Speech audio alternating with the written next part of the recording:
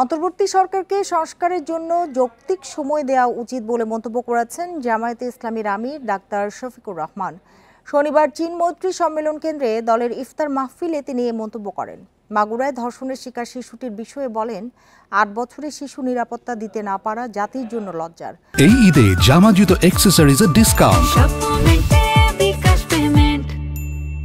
নৈতিক শিক্ষার অভাবের কারণেই দেশে এই পরিস্থিতি তৈরি হয়েছে বলেও মন্তব্য করেন তিনি।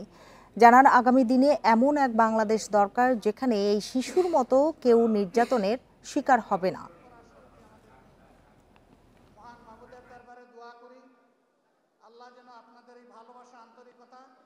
আমরা মূল থেকে একটি কথাই বলে এসেছি, আমরা বর্তমান সরকারকে যৌক্তিক সময় দিতে চাই এই সংস্কারের জন্য।